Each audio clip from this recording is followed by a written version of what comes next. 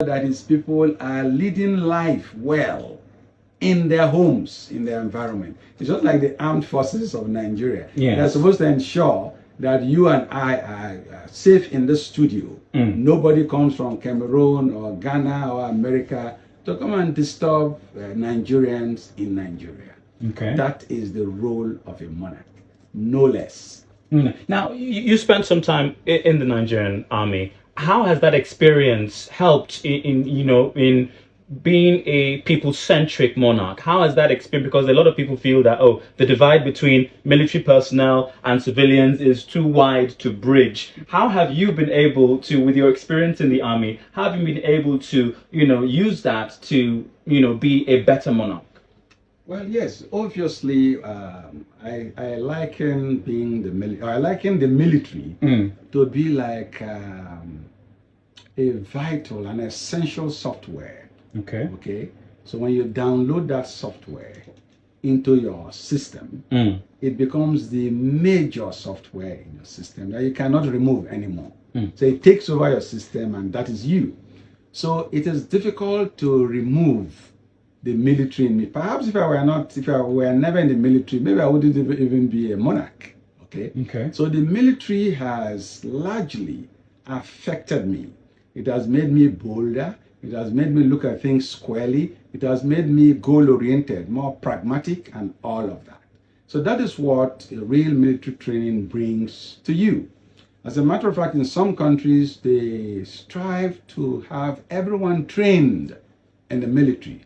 I think those countries are doing well, because, when you're not in the military, sometimes you do some kind of thing they call semesime.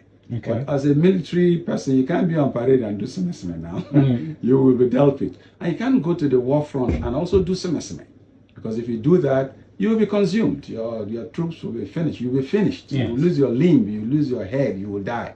So you want to take serious things seriously. And then when it is time to play, then yes, it's playtime.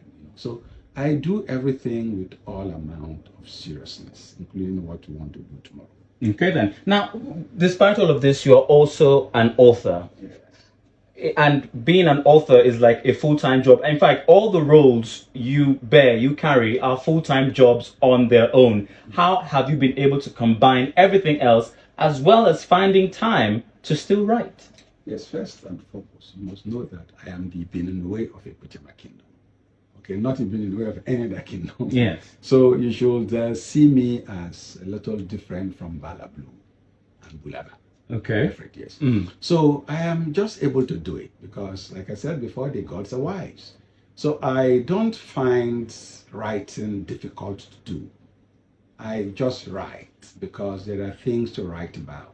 So I come to this studio, I have seen you, I can feel your voice, that your voice is excellent for this job and all of that. And I could just write something. I could write a whole book about my visit to this place if I desire. Okay. And it will be something so relatable, so interesting, so nice, you will want to read it twice. Okay, because I have discovered that writing itself is a weapon. And it is a weapon, it's a tool. Okay, let me use tool. Let me not be too military. Yes, please. It's a tool that could be used in advancing the cause of a people very effectively. And that is what I have deployed in the last 4 years. I've done 5 books in the last 4 years. Yes. Quite a feat in itself. Yes, and there are more books that are ready, So the fact is that our story, we've been underrepresented. Certain interests in this country have been deliberate about being silent about our stories. They were not saying it. For instance, it will be surprising for you to note that the Nigerian federal government does not know the definition of an oil thief. Yes, no wonder for the last 27 years, efforts have been made towards curbing it, stopping it, preventing it, and for 27 years, the Nigerian state has failed woefully. Because if you ask, for instance, a security person to come into this room now, yes, and bring that man that is 8 foot tall, okay, and weighing 500 kilograms, and don't come out except you bring him out, will any soldier go out? Will any security man go out? No, because there is no such man here. So the federal government, first and foremost, was supposed to have properly defined who an oil thief is.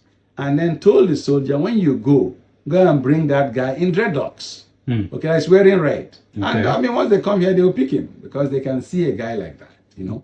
So that is important. The Nigerian state sees the victim of oil and gas thievery as the thief. Yes. And so they've been getting it wrong. People don't steal oil, for instance, and put in their pockets or in their cheeks.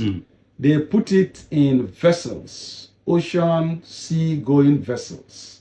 And there's nobody in the Ekpetiama Kingdom that has one. I believe there's no one in your kingdom that has one. And so if no one in Bayelsa State has a sea-going vessel, it means that no one in Bayelsa State can be an oil thief. So the oil thief has to have vessels, has to have access to vessels, and it doesn't have to be here. So it could be in New York City, it could be in London, it could be in Panama, it could be somewhere else. And then he is stealing this oil, siphoning this oil, doing what is called subsidy racketeering and so on and so forth. That is what is done. So when you are here trying to disturb those people who are victims, who did not, whose homes, their grandfathers, their fathers were buying petroleum products for 3 times the price. Yes, everyone in Kulama has never bought petroleum products for normal price. Because when you bring the petroleum products from the refinery to Yenagua, you have to offload it into a boat, into a small tank, and carry it to Fropa and go and offload it again into a tank. So you will pay for the sea going, yes. But everywhere else in this country that accessible by road, you take the oil, the petrol straight to the person's filling station and you sell. So there is no standard filling station in any riverine community in Bayelsa State, in River State, in Delta State, in Ondo State. And the country is not seeing a problem with that. When you want to come and take the crude oil, you can access the swamps with ease. But when it has to do with ensuring that petrodollars are also flowing in those creeks, you become stupid. And you leave a whole state with 8 LGAs for 20-something years and you don't see any problem with it. It's 16 minutes to the top of the hour. We're still speaking with His Royal Majesty King Bubaraye Dakolo, Agada IV, Ibenanaowei of Ekpetiama Kingdom on 97.5 Golden FM. Golden FM, 97.5.